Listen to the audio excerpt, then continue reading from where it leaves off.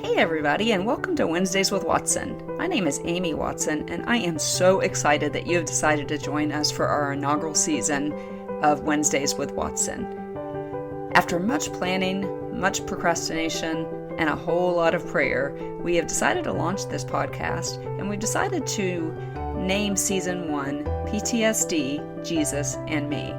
During the course of this season, we will talk about my story of ridiculous hope, ridiculous healing, and yes, some repercussions of complex post-traumatic stress disorder after living through 3 decades of trauma. I am so excited to be on this journey with you. This podcast is produced by Amy Hyland and brought to you by your favorite podcast streaming service. And in order for you to keep getting our podcasts and notifications, don't forget to hit that subscribe button. I would also be honored if you would follow me on social media. All social media platforms are the same: Instagram, Facebook, and Twitter. Amy Watson Author. Buckle up, let's enjoy the ride, and let the healing begin.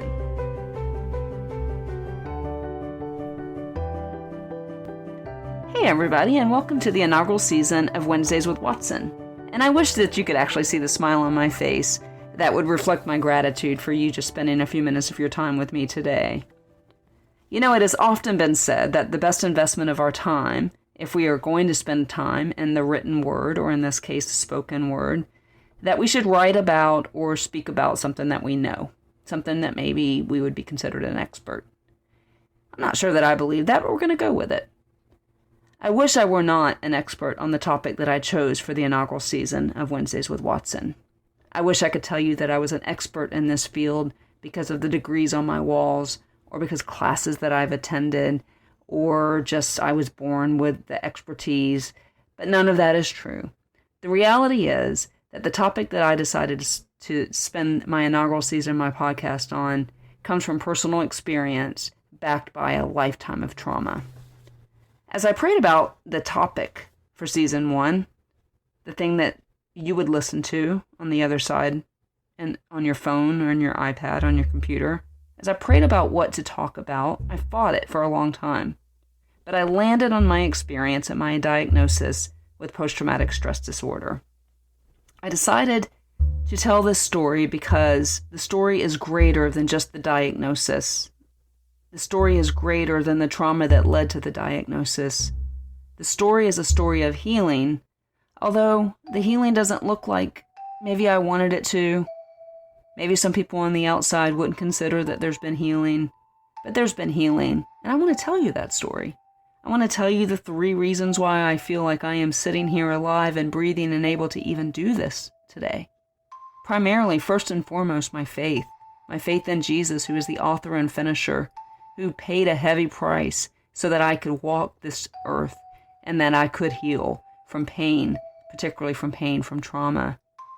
Followed closely by my community, oftentimes the same, the community in my church, although that's not the entire community that has helped me through this. And then finally, and probably the most difficult, a lot of time in a counselor's office and trauma-informed therapy. I can't wait to tell you the story of my church and how they came alongside of me. I can't wait to tell you the story of my pastor's wife who drove me to the hospital and admitted me to the psych ward. I can't wait to tell you the story of the shock on my face when the doctor told me that I had post-traumatic stress disorder. I just looked at her because I didn't ever think that I was worthy of a diagnosis.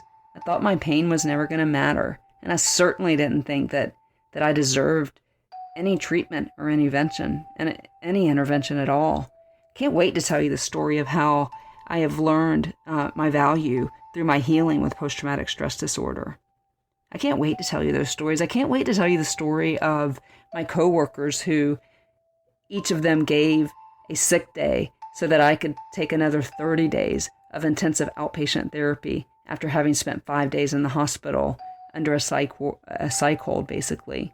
After 35 years, my body just fell apart. I can wait to tell you that story, but I'm going to anyway. That's not something that I really like to talk about. It's a lot of pain. But if you know me, and if you've ever met me, one statement that you've always heard me say is that I just want to be a good steward of my pain. I want my pain to matter. And so I hope it matters in your life, whether you are suffering from any of these illnesses like post-traumatic stress disorder, anxiety, or depression. Do you guys catch that I called that an illness? Because that's what it is. Whether they are psychological illnesses, whether they are physiological illnesses, or whether they are like mine, trauma-based, they are illnesses. Make no mistake. We are now connected, unlike when I was diagnosed 12 years ago. We are more connected with everyone in our lives than we ever have been in the history of the world, yet we are more disconnected than we've ever been as well. As I am recording this, we are currently under a worldwide pandemic, basically a virus that is ruling our lives. Fear is ruling, and uncertainty is at an all-time high. And there's no doubt that we will have so many more diagnoses of all of these types of disorders and these illnesses when this is all over. My question to you is, what will we do then? Because it's been 12 years and because I have been on a journey of healing, I feel like I have something to add. I feel like we all have something to add. During the course of this podcast, it is my desire that we will learn together how to walk alongside those who are either in our church, our workplace, or our family who are suffering from these debilitating illnesses. How do we take the stigma away from medical intervention? How do we take the stigma away from pharmaceutical intervention? How do we take the stigma away from trauma-informed therapy? How do we help people? How do we do that? How do we provide a safe place for them to seek help? During the course of this season, you will have the opportunity to hear from experts in the field, one of them being the counselor who is actually walking me through my diagnosis of complex post-traumatic stress disorder. You also have the opportunity to hear from some of my friends who walked me through this. It is my hope that you will find comfort and healing in my story. It is my hope that you will resist the temptation to compare my story with yours. It is my hope that you will resist the temptation to compare my healing with yours. I fully recognize that my healing looks different.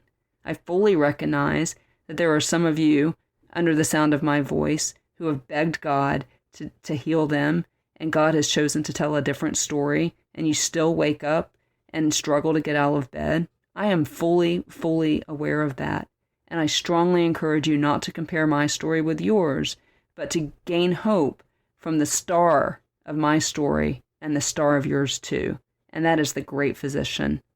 Jesus is the star of my story. He is the one that even when healing doesn't look like I want it to, there has been healing that has not come for me. There is lots of healing that has come for me, and over the course of this podcast, I'll share some of those things with you. But he hasn't taken it all away like I'd like him to, but he's still the star of my story, and I want him to be the star of yours too. He is the great physician. He's a great physician for us all.